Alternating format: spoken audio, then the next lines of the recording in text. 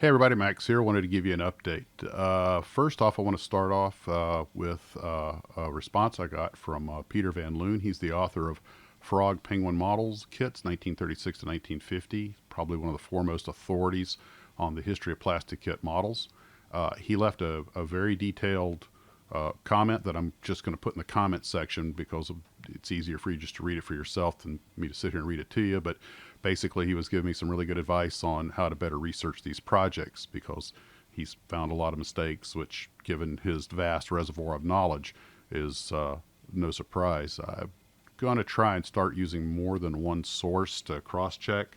But anyway, I really appreciate him taking the time to give me that constructive criticism because I do these videos mostly for entertainment value, but also education, and I want to get the information correct. So I thank you guys for taking the time to send these very detailed comments because I know it takes a long time to type these things. I really do appreciate the effort that goes into it. By the way, if you're really interested in the history of kit and plastic models, I think this book on the frog penguin models is essential to your library because it's where it all began. Personally, I'd like to obtain a copy. On the Matchbox versus Airfix, I had thought about doing a comparison video because a lot of people had very strong feelings about Matchbox and about Airfix, and there were some little comment wars going on down there. Of course, to each their own, but I thought it might be interesting at some point if I can acquire a similar Matchbox and Airfix kit to compare them. The chief complaint most people had about Airfix was they had fit issues, or at least some of the kits did, and the chief complaint about the Matchbox for most of the comment sections was that the detail on them wasn't that great. But apparently Airfix had good detail and Matchbox had a good fit. So I'm sure there's some crossover. And of course it's everybody's opinion, but it's always nice to see that people are actually taking time to comment and give me their input because this is how we learn. I have one comment that somebody was talking about when they were at the age of 8. An airline's Bristol Beaufort was their first model, or at least one of their first models, and it was acquired by a friend at a Greasy Spoon luncheonette that also sold caps, sparklers, Boss airplanes, and so forth. And the beauty of that is that in those days you could actually buy things like model airplanes at a luncheonette counter. I recently had a chat with someone in the business who answered my phone call, and he made a comment that's going to be the subject of a video if I get a chance about the decline in kit model sales. But apparently, although things like video games and changing trends do have an impact on it, it's his belief, and I believe he has the evidence to back this up, that the single biggest impact has been the loss of retail shops carrying them. You think about it. Most of us grew up buying our kit models at a five and dime store or a pharmacy. My very first kit, which I believe was a BTK Spitfire from Airfix, it was a bag kit of a blue Spitfire in the 1960s, or mid-1960s. It was at a family member's pharmacy. He had, amongst all the sundries, these little bag kits that hung down there for about 39 cents a piece. And model kits were just about everywhere. I mean, grocery stores carried them. You don't see that anymore. And a lot of people believe that's really what led to the decline, is a simple lack of availability. If you want a plastic model kit today, you have to go to either a dedicated hobby shop or at least a Michael's.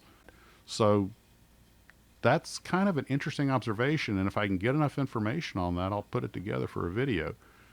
Also, a very eagle-eyed individual pointed out something that got right past me and everyone else, apparently at Lifelike Hobby Kits. They used an image of their BSA Lightning Rocket motorcycle, which of course was a repop from previous companies. But on the box, it doesn't say, and this is the box top to the kit, it doesn't say BSA Lightning Rocket. It says BSA Lighting Rocket. These guys didn't even proofread their own box top. And I got quite a few comments from folks that said that Lifelike Hobby Kits really did not do a real good job. They had some serious quality control issues, missing sprues, missing parts, things like that. And if they even missed a major typo like that on the cover of their box, I'm inclined to think that maybe these guys were just phoning it in.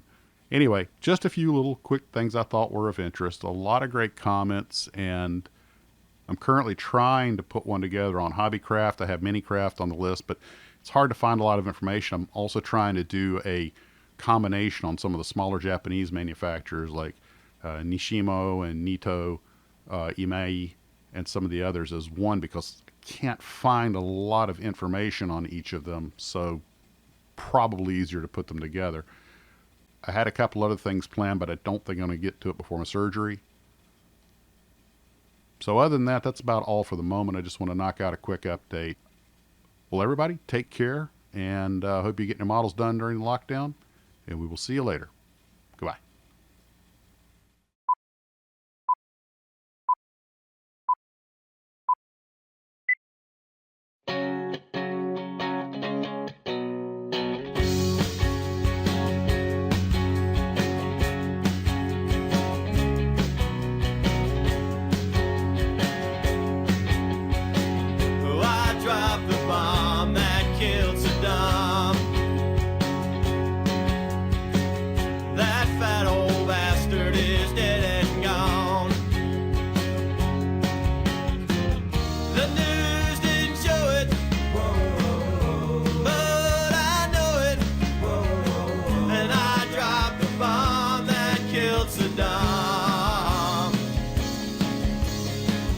We all got scrambled on TST,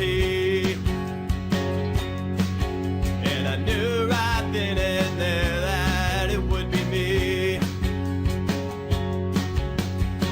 And we were screaming on the radio for Kmart to let us go, but all we heard was,